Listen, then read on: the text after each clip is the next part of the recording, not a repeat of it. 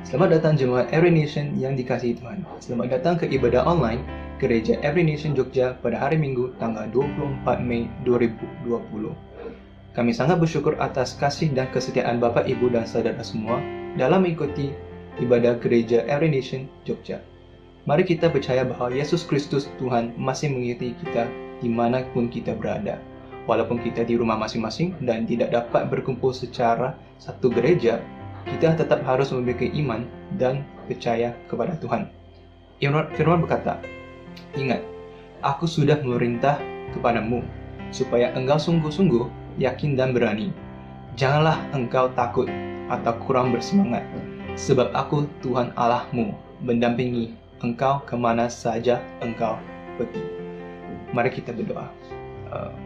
God, thank you Father for continue to protect us, Lord. Continue to guide us through this time of pandemic, Lord. Lord, I pray that you will lift this pandemic up and let us be together once again as a church, Lord. Always remind us that church is not a building, but it's the people in it. Remind us to follow you. Remind us to continue to pursue you, even though we are not in the physical building, Lord. Lord, I uphold all the Every Nation people into your hand, Lord. Keep them safe, give them good health, give them good rest, give them good time with their families, Lord. So that we can prosper and push forward in a way that we will shine again. In Jesus' name I pray, Amen. Come on, let's praise the Lord. Through you, I can do anything. I can do all things, 'cause it's you who gives me strength. Nothing is impossible. Through you, blind eyes are open, strongholds are broken. Believing by faith. Believing by faith, Nothing is impossible.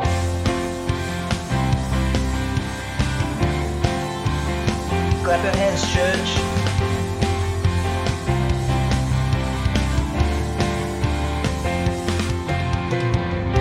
I'm not gonna live by what I see. I'm not gonna live by what I feel. I'm not gonna live by what I feel. Deep down, I know that you're here with me. I know that you can do anything. Through you, I can do anything. I can do all things, 'cause it's you who gives me strength. Nothing is impossible. Through you, blind eyes are open, strongholds are broken. I'm believing by faith. Nothing is impossible.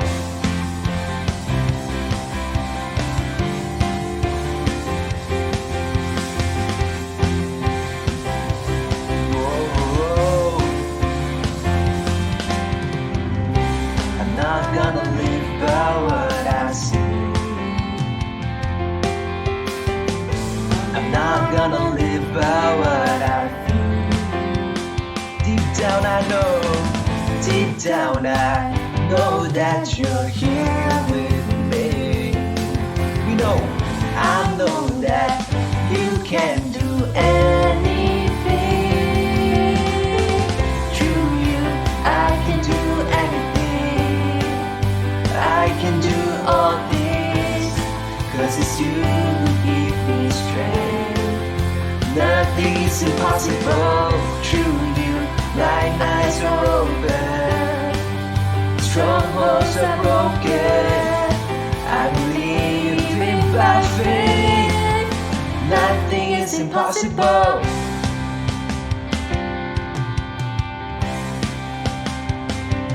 Nothing is impossible. Come on, church, let's sing I believe. I believe, I believe. I believe, I believe in you. I believe, I believe. I believe, I believe in you. I believe, I believe. I believe, I believe in you. I believe, I believe. I believe, I believe. can do anything. I can do all things, 'cause it's you who gives me strength. Nothing is impossible through you. Blind eyes are open, strongholds are broken. Believe in my faith. Believing by faith. Nothing is impossible. I believe, I believe, I believe. I believe, I believe in you. I believe, I believe, I believe, I believe, I believe in you. I believe, I believe, I believe, I believe in you. I believe, I believe, I believe, I believe in you.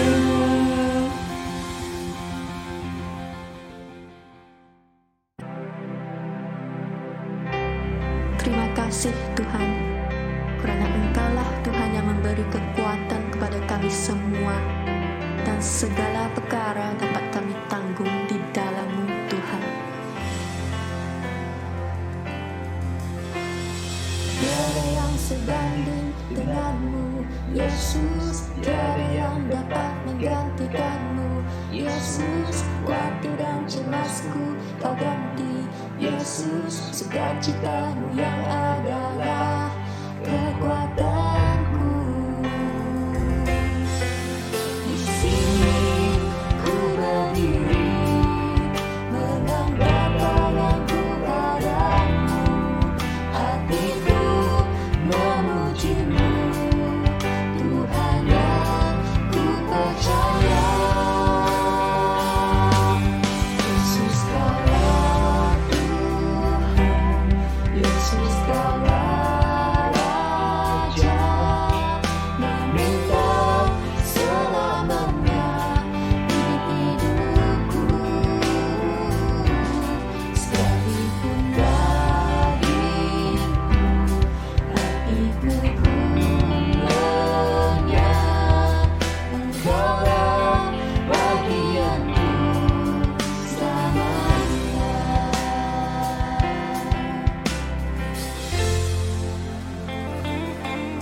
Tiada yang mustahil bagimu, Yesus. Tiada yang tak mungkin bagimu, Yesus. Segala perkaraku tentang-Mu, Yesus. Sukacita-Mu yang adalah kekuatanku.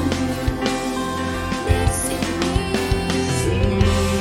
ku berdiri, mengangkat tanganku pada hatiku, memuji-Mu, Tuhan yang ku percaya.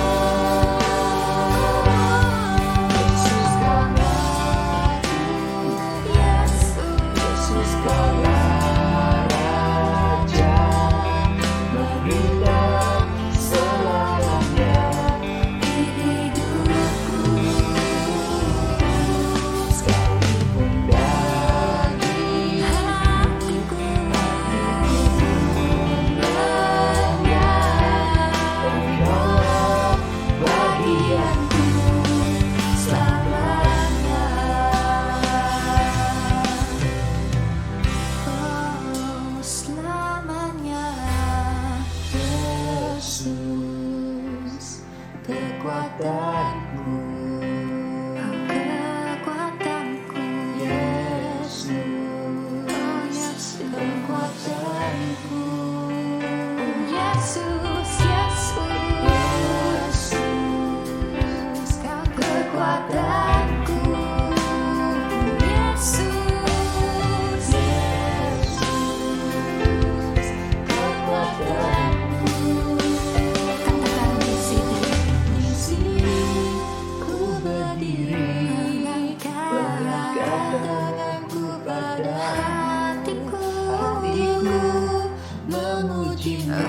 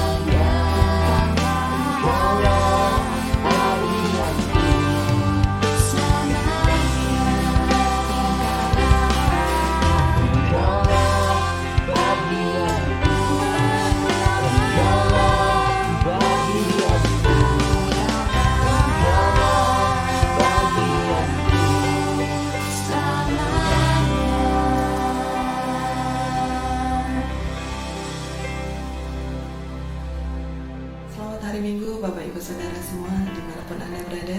Saya ucapkan selamat datang di Gereja Every Nation Yogyakarta. Perkenalkan, nama saya Enda. Saya salah satu pemimpin grup di Gereja Every Nation Yogyakarta. Kami ada untuk menghormati Allah dan menjadikan murid. Bagaimana kita menghormati Allah? Salah satunya adalah dengan kita memberi. Mari kita lihat di 2 Korintus 9 ayat 10. Demikianlah firman Tuhan. Ia yang menyediakan benih bagi penabur dan roti untuk dimakan. Ia juga yang akan menyediakan benih bagi kamu dan melipat gandakannya dan menumbuhkan buah-buah kebenaranmu. Surat ini ditulis oleh Rasul Paulus kepada jemaat di Korintus, di mana Rasul Paulus mengajarkan kepada jemaat di Korintus bahwa ketika seorang penabur menaburkan benih di ladangnya, Allah juga yang akan menyediakan benih untuk ditabur lagi. Tuhan tidak hanya memberi hasil panen untuk memenuhi kebutuhannya, tetapi Dia juga memberi kemampuan untuk menabur lagi. Itulah keinginan Paulus. Paulus tidak hanya ingin agar Allah memenuhi kebutuhan jemaat di Korintus, tetapi Paulus juga ingin agar Allah memberi mereka kemampuan untuk berbuat baik lagi. Paulus menyadari bahwa Tuhan adalah sumber kelimpahan, dan Paulus berharap agar jemaat di Korintus mengalami hasil dari kelimpahan tersebut. Di sini dikatakan, Ia yang menyediakan benih bagi penabur. Dengan cara yang sama, Tuhan akan memberi kita kemampuan untuk menabur dan berbuat baik. Dan juga dikatakan, roti untuk dimakan. Berarti ada persediaan yang cukup untuk kebutuhan kita. Tuhan yang menyediakan benih untuk ditabur dan melipat gandakannya, untuk kita bisa menabur lebih banyak lagi dan berkati banyak orang. Dan menumbuhkan buah-buah kebenaran kita. Ini merupakan hasil atau dampak dari kebaikan, agar kebaikan kita berlimpah dan menjadi sarana untuk memberkati lebih banyak orang lagi. Dalam situasi pandemi saat ini yang tidak pasti kapan berakhir dan berdampak secara ekonomi, saya percaya bahwa Tuhan yang akan menyediakan benih bagi kita untuk kita tabur dan untuk kita bisa memberkati lebih banyak orang lagi dan menumbuhkan buah-buah kebenaran bagi kita. Dan saya percaya bahwa Tuhan akan memberkati kita secara berlimpah-limpah dan memberikan penyediaan untuk kebutuhan kita. Mari kita berdoa. Bapa, di dalam nama Tuhan Yesus, kami ucap syukur untuk setiap anugerah dan kasih yang Kau berikan dalam kehidupan kami. Kami percaya bahwa Engkau Tuhan yang memelihara hidup kami. Kami tidak perlu takut tentang hari depan kami. Kami tidak perlu takut dan khawatir tentang apa yang kami makan, tentang apa yang kami minum. Karena kami percaya bahwa Engkau yang menyediakan segala apa yang kami perlukan. Dan Engkau yang memberkati kami, supaya hidup kami bisa berkati lebih banyak orang lagi. Terima kasih Tuhan, bila Engkau semakin permuliakan dalam kehidupan kami, dan kami serahkan hidup kami di dalam tangan kuasa-Mu. Di dalam nama Tuhan Yesus kami berdoa. Amin. Selamat memberi, Tuhan Yesus memberkati. Bapak, Ibu, saudara sekalian yang dikasihi Tuhan, jemaat Every Nation dimanapun Bapak, Ibu, saudara berada pada hari ini, selamat datang kembali di ibadah online Every Nation Jogja bersama-sama kami pada hari ini. Sebelum kita memulai mendengarkan firman Tuhan, mari kita berdoa terlebih dahulu. Bapa yang di surga, terima kasih untuk pemeliharaan penyertaan-Mu dalam kehidupan kami, sehingga sampai hari ini kami baik-baik saja dan tidak kekurangan hal-hal yang baik dalam kehidupan kami. Kami menyadari bahwa semuanya ini karena kasih karunia-Mu Tuhan, anugerah-Mu semata-mata, hingga kami ada sampai saat ini. Terima kasih Tuhan Yesus, kami ucap syukur, dan biar firman-Mu masuk dalam hati kami, merubah hati kami, menerangi pikiran kami, dan merubah perilaku kami, sehingga nama-Mu dipermuliakan. Di dalam nama Tuhan Yesus Kristus kami berdoa, ucap syukur. Amin. Bapak Ibu saudara sekalian, khotbah pada hari ini saya berikan judul Storm Proof Life, atau kehidupan yang tahan badai. Badai Ike menghantam pantai Gilchrist, Texas, Amerika Serikat pada 14 September 2008. Terjangan air sepanjang setinggi 2,5 meter menyebabkan kerusakan yang parah dan luas di sepanjang pantai. Namun ada sebuah rumah tetap berdiri teguh di antara puing-puing kehancuran. Nah, apa yang menyebabkan rumah ini bisa berdiri teguh padahal di sekelilingnya sudah hancur terhantam tsunami atau badai Ike yang terjadi pada saat itu? Bapak Ibu saudara sekalian, sebagai umat Kristen, pengikut Tuhan, Tuhan Yesus tidak menjanjikan keadaan hidup kita akan selalu berjalan dengan baik-baik saja. Artinya dalam hidup ini pasti ada masalah, ada badai, yang pasti Bapak, Ibu, Saudara, dan saya pernah alami, atau mungkin kita sedang alami di tengah-tengah pandemi global pada saat ini. Siap atau tidak, kita semua pasti akan mengalami badai dalam kehidupan ini. Tidak mungkin hidup kita tanpa badai, atau tidak mungkin kehidupan kita tanpa masalah. Tidak mungkin kehidupan kita storm-free life, atau kehidupan yang tanpa badai sama sekali. Nah, dalam Injil Yohanes, Tuhan Yesus berkata, di dunia ini kita akan mengalami kesulitan. Dalam Yohanes pasal 16 ayat 33 dikatakan, semuanya itu kukatakan kepadamu, supaya kamu beroleh damai sejahtera dalam aku. Dalam dunia kamu menderita penganiayaan, tetapi kuatkanlah hatimu, aku telah mengalahkan dunia. Saya berikan huruf berwarna kuning, kata penganiayaan. Di dalam teks aslinya, dalam perjanjian baru, kata penganiayaan tadi diambil dari bahasa Greka atau Yunani, dari kata telibo, yang artinya itu pressure atau tekanan. Juga memiliki arti persecution atau penganiayaan, affliction atau penderitaan, distress, kesusahan, ataupun tribulation atau kesengsaraan. Jadi firman Tuhan mengatakan tadi, tidak mungkin di dunia ini kita hidup tanpa tekanan. Tidak mungkin kita hidup di dunia ini tanpa penganiayaan. Tidak mungkin kita hidup di dunia ini kita tidak mengalami penderitaan, atau kita tidak mengalami kesusahan atau kesengsaraan. Jadi Tuhan sebenarnya sudah mempersiapkan Bapak, Ibu, Saudara, dan saya. Karena sebagai umat Tuhan, Tuhan tidak pernah berjanji bahwa hidup ini selalu seperti langit yang selalu biru, atau lautan yang selalu teduh seperti bening seperti kaca. Tapi kita pasti akan mengalami badai dalam kehidupan ini. Nah, mustahil untuk menjalani hidup yang bebas dari badai atau storm-free life. Tetapi kabar baiknya, kita bisa mengandalkan Tuhan. Dan bangunan kehidupan Bapak, Ibu, Saudara, dan saya akan tetap berdiri. Meskipun badai menghantam, kita bisa memiliki kehidupan yang tahan badai atau storm-proof life. Gambar iklan ini mengatakan bahwa jam ini waterproof watch atau jam tangan anti air. Nah, jam tangan tahan air ini atau anti air ini bukan berarti bahwa jam tangan ini tidak akan kena air. Dia bisa kena air, tetapi artinya jam ini akan bertahan terhadap air. Meskipun di kedalaman sekian puluh meter dari permukaan air atau permukaan laut, dia bisa tahan terhadap tekanan karena memang didesain untuk waterproof atau anti air. Tapi bukan berarti dia tidak bisa kena air. Dia bisa kena air, tetapi dia bisa bertahan dan dia tahan terhadap tekanan air di bawah 30 meter kedalaman air sekalipun. Nah, jadi sebenarnya kehidupan kita bukan storm-free life, tetapi Tuhan mendesain Bapak, Ibu, Saudara, dan saya untuk memiliki kehidupan yang storm-proof life atau kehidupan yang tahan badai. Nah, apa yang harus kita lakukan agar kita memiliki hidup yang tahan badai? Yang pertama, kita harus memeriksa ulang dan menguatkan kembali dasar bangunan kehidupan rohani. Karena dasar ini begitu penting. Semakin tinggi bangunan mau dibangun, maka semakin dalam dan semakin kuat, semakin teguh. Dasar itu harus didirikan atau dibangun. Nah, demikian juga kebenarannya dalam kehidupan rohani kita. Bangunan rohani yang tahan badai adalah bangunan rohani yang dasarnya dibangun dalam-dalam dan teguh. Dasar bangunan itu adalah Yesus Kristus Tuhan, bukan yang lainnya. Yesus Kristus Tuhan, sekali lagi, bukan yang lainnya. Tuhan kita bukan karir kita, Tuhan kita bukan harta kita, Tuhan kita bukan profesi kita, Tuhan kita bukan pencapaian kita, Tuhan kita bukan materi yang sementara, tapi Tuhan kita bukan juga bahkan bukan diri kita sendiri, tapi Tuhan kita adalah Yesus Kristus, bukan yang lainnya. Dan jika Tuhan Yesus bukan Tuhan atas segalanya dalam hidup ini, dia bukanlah Tuhan sama sekali.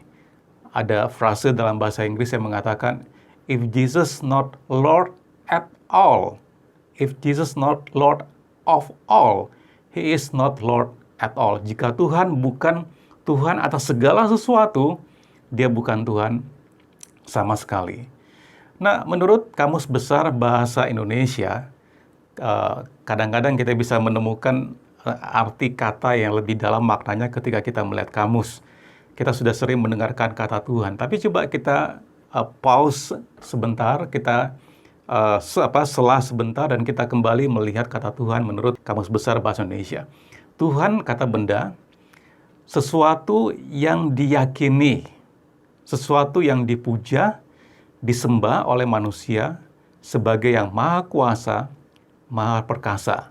Atau arti kedua, sesuatu yang dianggap sebagai Tuhan. Kalau kita mengatakan bahwa Yesus Kristus itu Tuhan, berarti Bapak, Ibu, Saudara, dan saya, kita semua harus meyakini bahwa Yesuslah yang kita yakini Dia Tuhan. Dan kita memuja Dia, kita menyembah Dia, dan kita percaya bahwa Dialah maha kuasa, Dialah maha perkasa, dan Dialah Tuhan dalam kehidupan kita, bukan yang lainnya. Dalam 1 Korintus pasal 3 ayat 11-13, Rasul Paulus penulis surat pada jemaat di Korintus, di ayat 11 dia mengatakan, karena tidak ada seorang pun yang dapat meletakkan dasar lain daripada dasar yang telah diletakkan, yaitu Yesus Kristus. Sekali lagi, saya ulangi, Rasul Paulus berkata, tidak ada seorang pun yang dapat meletakkan dasar lain, bukan yang lainnya, bukan Tuhan yang lainnya, tapi dasar lain daripada dasar yang telah diletakkan, yaitu Yesus Kristus. Kalau dasar kita, karir kita, harta kita, materi kita, diri kita sendiri, pencapaian kita, maka dasar itu sangat rapuh ketika badai datang menghantam. Ya, Bapak Ibu, bangunan kita pasti akan rubuh. Tetapi kalau dasar itu Yesus Kristus, maka bangunan rohani kita akan tahan badai. Ayat 12 dikatakan, entahkah orang membangun di atas dasar ini, dasar Yesus Tuhan, dengan emas, perak, batu permata, kayu, rumput kering, atau jerami, sekali kelak pekerjaan masing-masing orang akan nampak karena hari Tuhan. Hari Tuhan di sini bisa tragedi seperti yang kita saat ini masih hadapi, pandemi. Saya tidak mengatakan ini dari Tuhan, tapi Tuhan izinkan. Ini hari Tuhan yang menyatakan jenis kualitas bangunan seperti apa yang Bapak, Ibu, Saudara, dan saya miliki. Terus kita lanjutkan, dikatakan sebab ia akan nampak dengan api, dan bagaimana pekerjaan masing-masing orang akan diuji oleh api itu. Hari Tuhan akan menguji bangunan seperti apa yang kita miliki. Ketika Yesus sebagai Tuhan, sebagai dasar, kita bisa memastikan bahwa kehidupan bangunan rohani kita akan tahan badai. Dalam Mazmur 11 ayat 3 dikatakan, apabila dasar-dasar dihancurkan, apakah yang dapat dibuat oleh orang benar itu? Jadi fatal sekali kalau dasar itu dihancurkan. Apa yang kita bisa buat sebagai orang benar?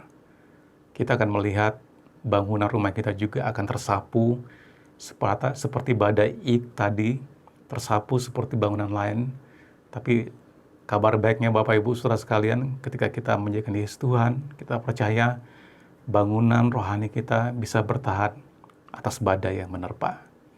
Nah, jika Bapak, Ibu, Saudara, saya ingin melalui badai pandemi global saat ini yang masih terjadi, yang datang seperti badai dan menghantam semua sendi-sendi kehidupan umat manusia dan bangunan kehidupan kita, kita akan tetap bertahan dan berdiri teguh.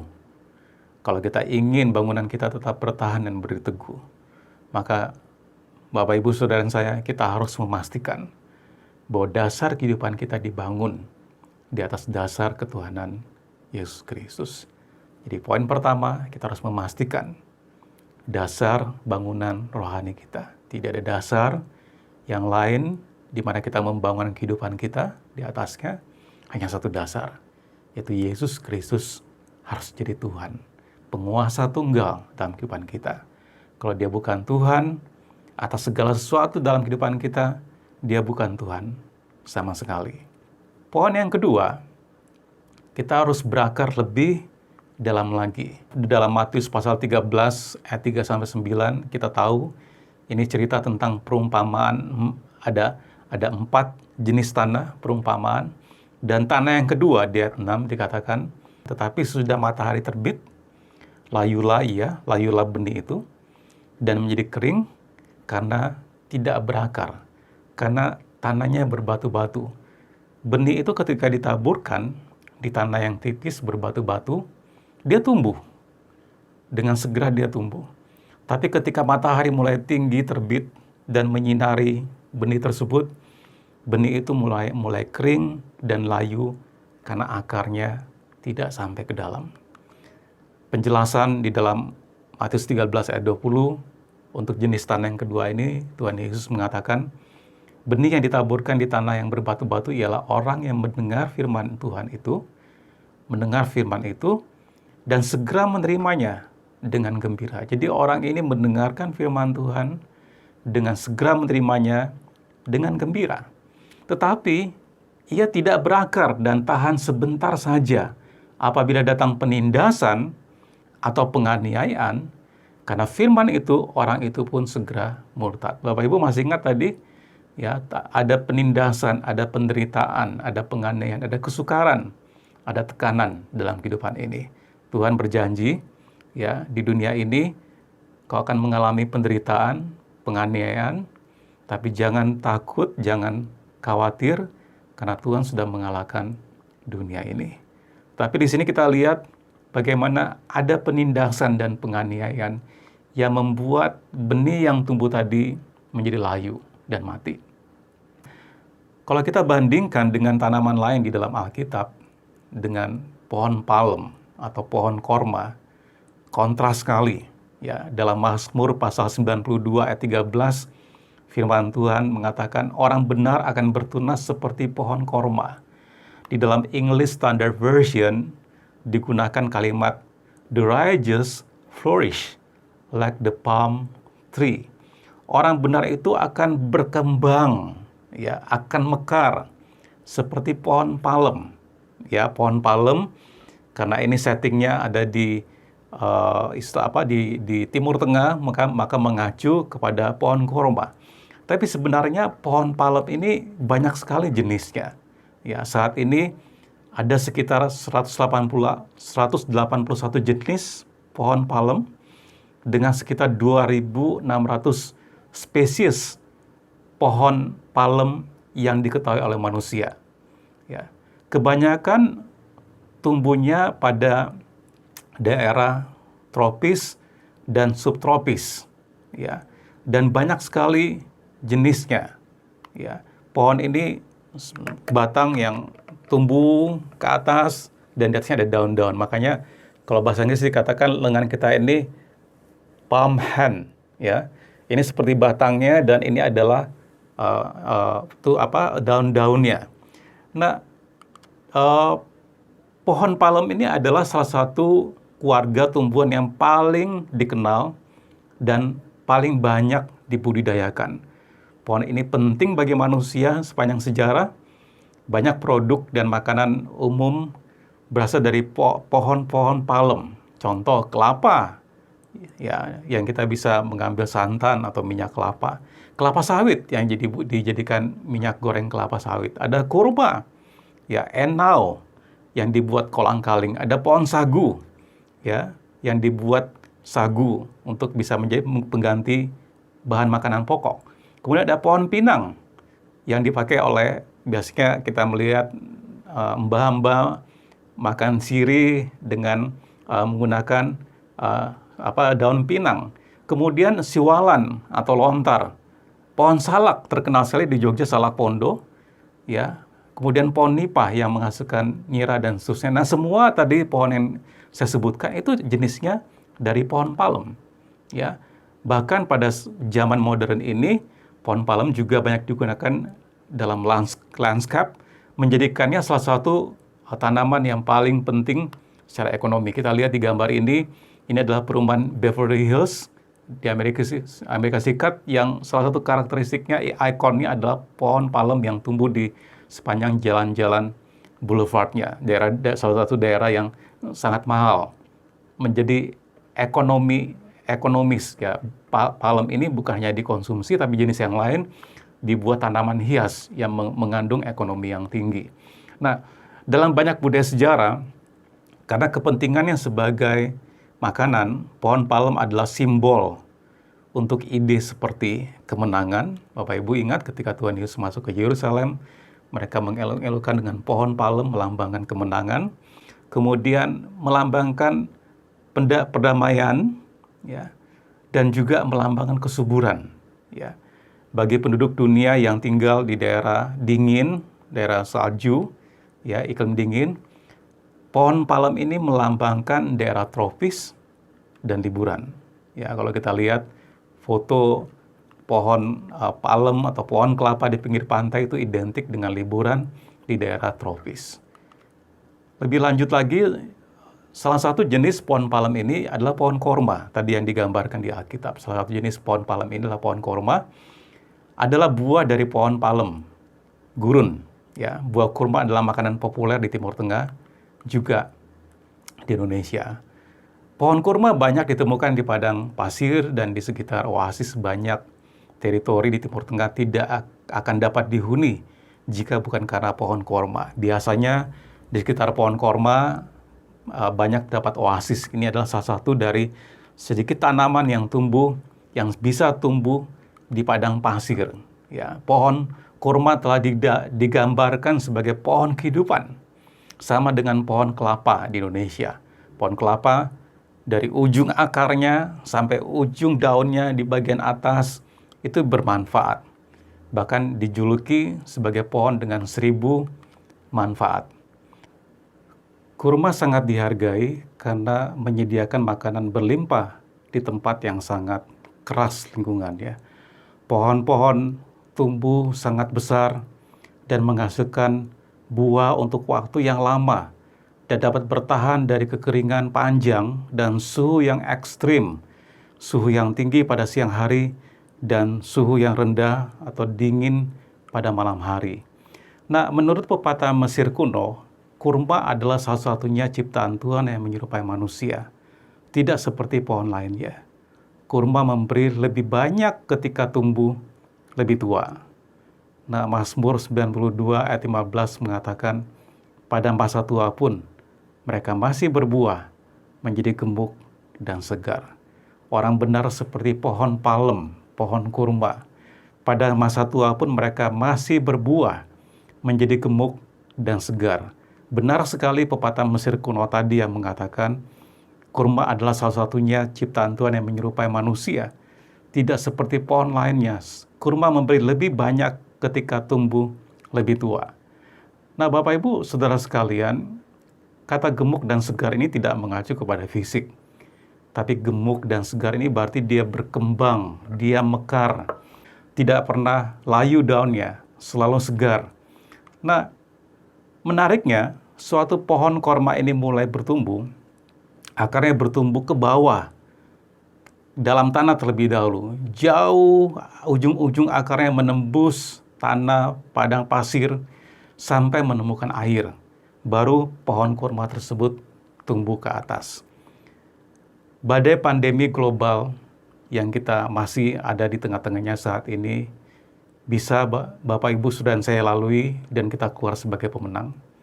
Jika kita memastikan akar tumbuhan rohani kita menjangkau, masuk ke dalam hati kita sampai menemukan air kehidupan, yaitu Tuhan sendiri yang ada di dalam hati kita sebagai pribadi, Roh Kudus. Dalam Yohanes pasal 4 ayat 14 dikatakan sebaliknya, air yang akan kuberikan kepadanya akan menjadi mata air di dalam dirinya yang terus-menerus memancar sampai kepada hidup yang kekal.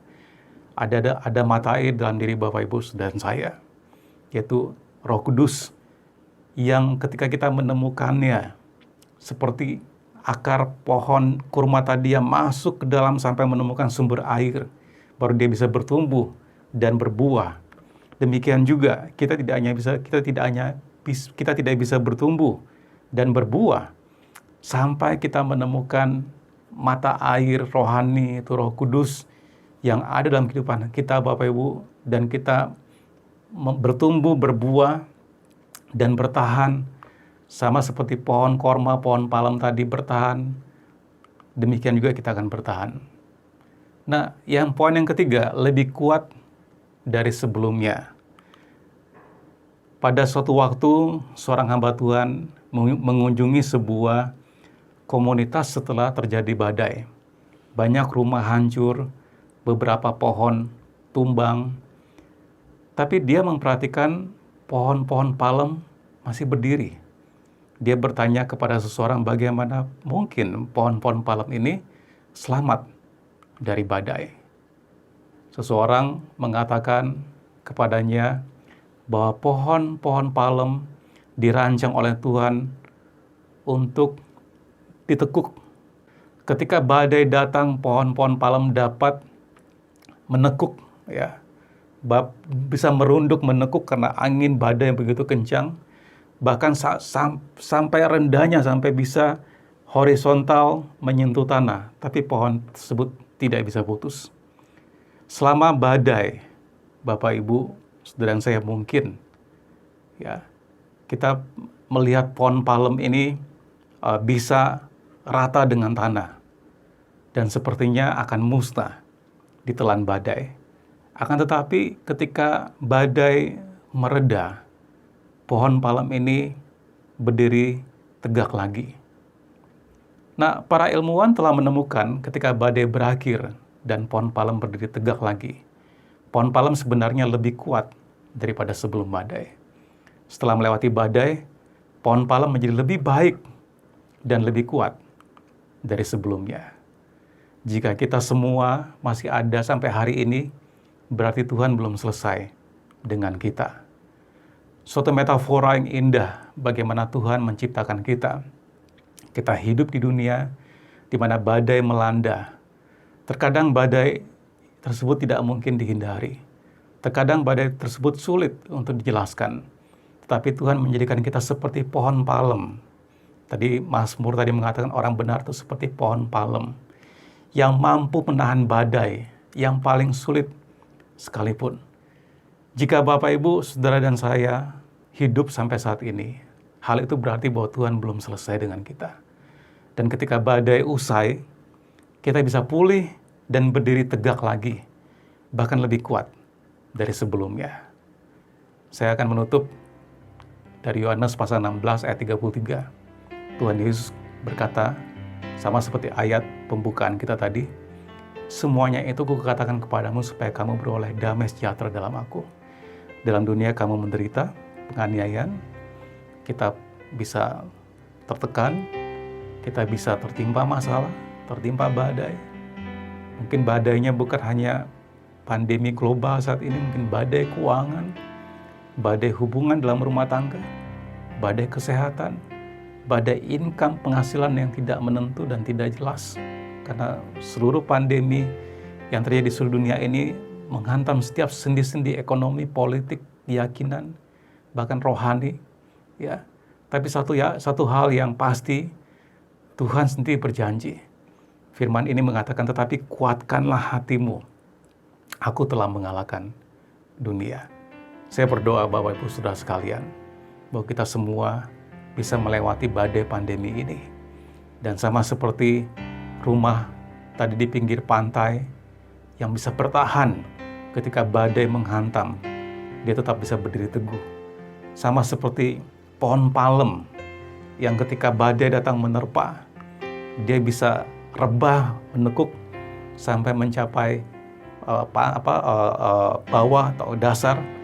Tapi setelah badai selesai, dia akan tegak kembali dan bahkan jauh lebih kuat dari sebelumnya. Bapa di surga, hamba berdoa untuk setiap jemaat-Mu dimanapun berada. Terima kasih Tuhan, kehadiran-Mu sebagai Yesus Tuhan dalam kehidupan kami, seperti dasar yang kokoh bagi fondasi bangunan rohani kami. Dan biar kami mencari Engkau Tuhan, dalam hati kami, melalui pribadi Roh Kudus, dan kami menemukan sumber air kehidupan yang memancar keluar sampai hidup yang kekal. Itu Roh Kudus sendiri yang kami temukan, yang memberikan kekuatan, yang membuat akar tumbuhan rohani kami bisa bertumbuh ke atas, berbuah lebat, dan tidak pernah kering daunnya. Dan ketika badai menghantam sekalipun, badai yang dahsyat, kami tetap keluar sebagai pemenang. Terima kasih Tuhan, karena semuanya ini hanya bisa terjadi melalui anugerah-Mu yang Kau limpahkan, rahmat-Mu yang Kau curahkan, melalui pribadi Yesus Kristus Tuhan Juru Selamat kami. Kami berdoa di dalam nama Tuhan Yesus Kristus kami mengucap syukur. Amin. Tuhan berkati Bapak Ibu Saudara sekalian. Amin.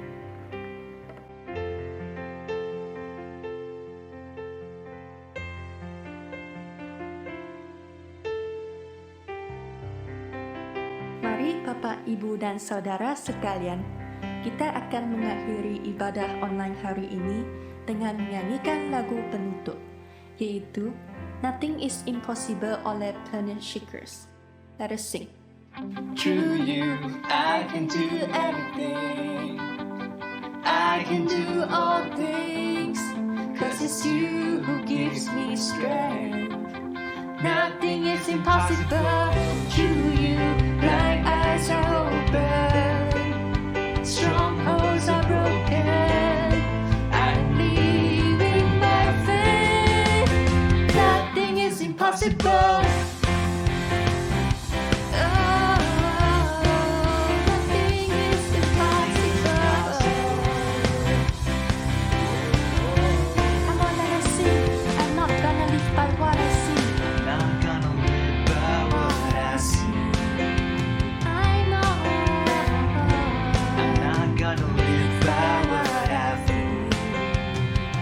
Deep down I know that you're